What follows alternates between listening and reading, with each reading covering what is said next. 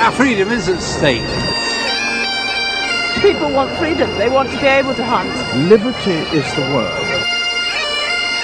Everything is going, our traditions, and this is what we're fighting for. They marched in protest, a silent procession of a people grasping for one last chance to resist, shamefully admitting they only have themselves to blame for government policies that threaten their way of life, their security, and the future of democracy in Britain. We've been very apathetic for years, and now we're paying the price for it. It's a disgrace, really. And we've seen these fundamental liberties eroded in the last 20-odd years in England, all sorts of legislation that should never have appeared. Sportsmen and shooters fooled by politicians into thinking that England's age-old tradition of fox hunting would never be targeted or banned. Now realizing, perhaps too little too late, that their traditions are no more secure than their freedoms. This isn't about banning fox hunting. This is about the liberty of the individual to choose for him or herself what they do. A future that's in doubt, and the largest peaceful protest in British history to try to change that has got many asking, where were these voices 6 years ago when there was an outright ban on handguns and pistol shooters were forced to surrender their firearms, confiscated by the government to be destroyed? We hear people saying the proposed ban on fox hunting is the thin end of the wedge. I am a pistol shooter. As far as I'm concerned, we've already swallowed the wedge. And where does it go next? Liberties that have already been sacrificed for the politicians' false promise of a safer society. Gun bans that, as predicted, have simply backfired. We've seen about a 40% increase in firearms crime since the ban was introduced. That is not a success in my book. We need to be armed, you know, we're not safe any longer. Everything is changing. It's very simple. The authorities have no way of controlling criminals, so they control the law-abiding, because we're an easy target.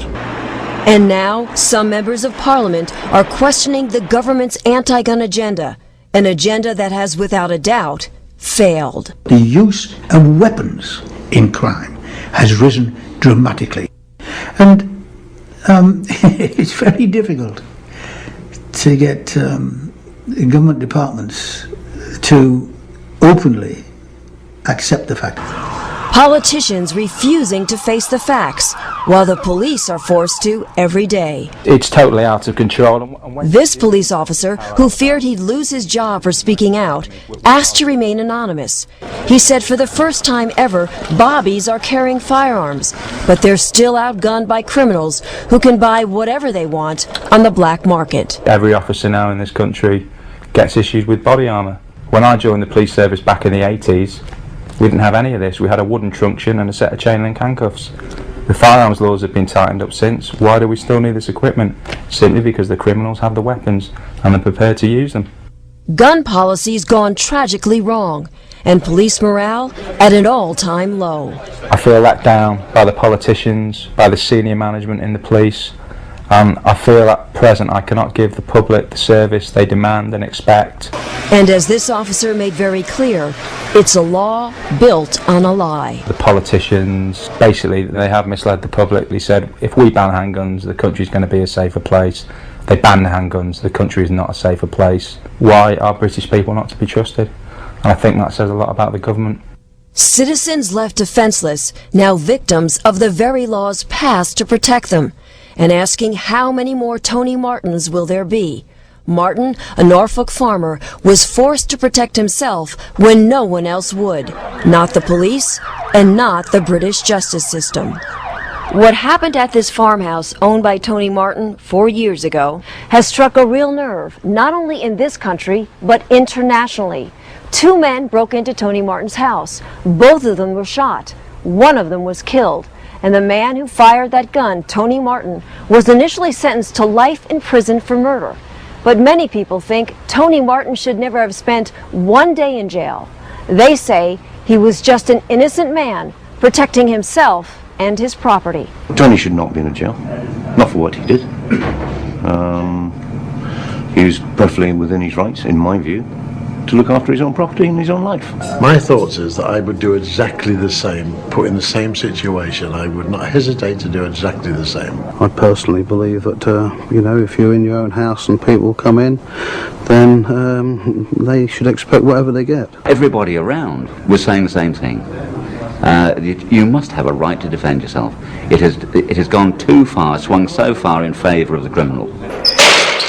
Criminals like those in Tony Martin's case, who were no strangers to the law. 16-year-old Fred Barris, who was killed, already had 29 convictions.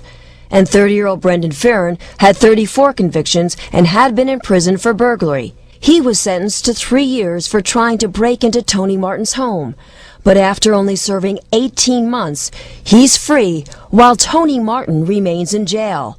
And he's now threatening to sue Martin using taxpayers' dollars. The system is on the side of the criminal, not on the side of the victim. You go and rob somebody and then sue them because they've damaged you. It's absurd. The injustice of a justice system.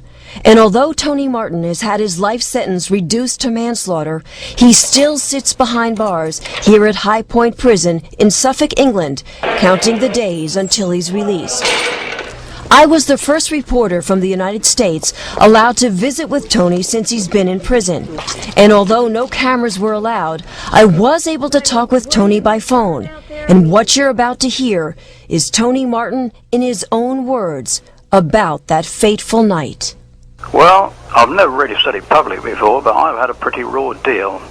I personally think it's very, very wrong for somebody to live in their house in fear, but for some unknown reason, there are people in this country who don't know the difference between defending yourself, protecting yourself, and malice aforethought. I thought it was the people that came in the house that were malice aforethought. Chief Constable of Norfolk said that Tony shouldn't have used his gun, that he should have yelled for help. Well, you've seen the isolated location. I could scream furthermore and nobody would hear me at 2 o'clock in the morning.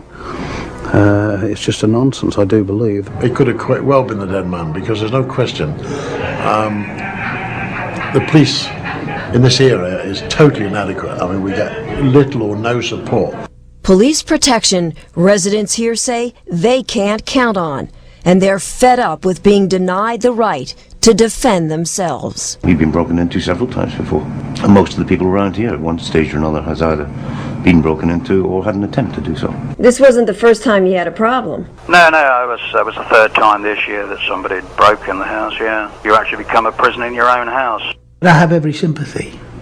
I genuinely do. But I can't say that the law shouldn't be what the law was.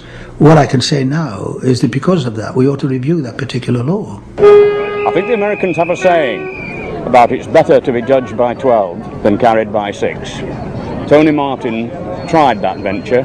He was judged. He is in prison. The story is not yet finished.